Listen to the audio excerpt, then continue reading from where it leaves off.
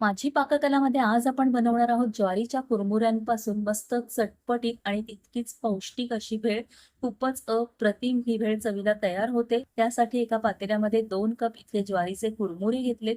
हे कुरमुरे ना आपल्या नेहमीच्या कुरमुऱ्यांपेक्षा थोडेसे वेगळे दिसतात आणि तितकेच ते हेल्दी देखील आहेत. अगदी कोणत्याही ग्रॉसरी शॉपमध्ये मिळून जातात असं याचं पॅकिंग याचं वर लिहिलेलं असतं. जोवार कुरमुरा किंवा ज्वारी कुरमुरा असं लिहिलेलं असतं. आता यामध्ये 2 कप इतकं मी जाडं फरसाण जे आपलं रेग्युलर येतं ते इथे घालून घेते. थोडंसं फक्त हाताने चुरून घेतलंय हे. आता यामध्ये शेंगदाणे, डाळी वगैरे सगळं मिक्स असतं त्यामुळे शक्यतो मी हेच फरसाण वापरते. तुम्ही दुसरं कोणतं फरसाण वापरणार असाल किंवा मिक्सचर काही वापरणार असाल तर वरनं तुम्ही वेगळे शेंगदाणे इथे घालू शकता. आता इथे 2 कप कुरमुऱ्यांना 2 कप इतकं फरसाण घेतलंय. व्यवस्थित मिक्स करून घ्यायचं आहे. यामध्ये कांदा, टोमॅटो आपण घालणार आहोत, पण तो सुरुवातीलाच घालायचा नाही, नाहीतर कुरमुरे आपले अगदी नरम पडतात इथे. तर इथे आता आधी मी फरसाण आणि कुरमुरे जे आहेत ते व्यवस्थित मिक्स करून घेतलेत.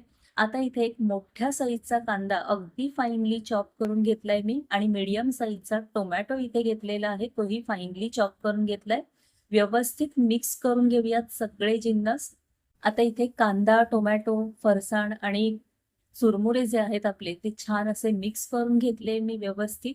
यामध्ये आता अगदी बेसिक मसाले आपण घालणार आहोत की ज्याने आपली भेळ अशी चटपटीत तयार होणार आहे. चवीनुसार इथे मीठ घातले म्हणजे साधारण अर्धा चमचा मीठ, पाऊण चमचा चाट मसाला, पाव चमचा इथे मी लाल तिखट घातलेलं आहे आणि साधारण 1 चमचा इतका मी लिंबाचा रस घातलेला आहे. आता हे सगळे जिन्नस व्यवस्थित एकजीव करून घेऊया. आता इथे मीठ तुम्ही साधं मीठही वापरू शकता किंवा सैंधव मीठ जे आपलं येतं ते देखील इथे वापरू शकता. खूप छान टेस्ट येते या भेळेला आपल्या आणि अगदी चटपटीत अशी ही भेळ आपली इथे तयार होते. सगळे जिन्नस व्यवस्थित एकजीव करून घ्यायचे आणि वरनं आता इथे मी 2 चमचे हिरवी चटणी आणि 2 चमचे गोड चटणी इथे घालून घेते. ही जी गोड चटणी आहे ती मी खजूरची तयार करून घेतलेली आहे आणि हिरवी चटणी आहे ती फक्त पुदिना, कोथिंबीर आणि मिरचीपासून तयार केलेली चटणी आहे. आता ह्या दोन्ही चटण्या इथे मी घालून घेतल्यात आणि इतकी जबरदस्त ही भेळ आपली तयार होते ना. व्यवस्थित मिक्स करून घेऊयात, एकजीव करून घेऊयात सगळे जिन्नस आणि झटपट अशी ही भेळ आपली तयार होते. मला एका डिशमध्ये सर्व्ह करून दाखवते. अशाही मुलांना आता सुट्ट्या पडलेल्या आहेत, तर मुलं दिवसभर काही ना काहीतरी खायला मागत असतात. तर ही हेल्दी भेळ नक्की करून घाला.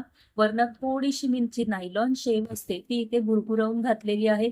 तुम्ही यामध्ये पापडी देखील कुस्करून घालू शकता आणि खूपच भारी अशी भेळ इथे तयार झाली. तर एकदा नक्की करून पहा. रेसिपी आवडली तर लाईक आणि शेअर जरूर करा आणि सबस्क्राईब करायला मात्र विसरू नका. Thank you.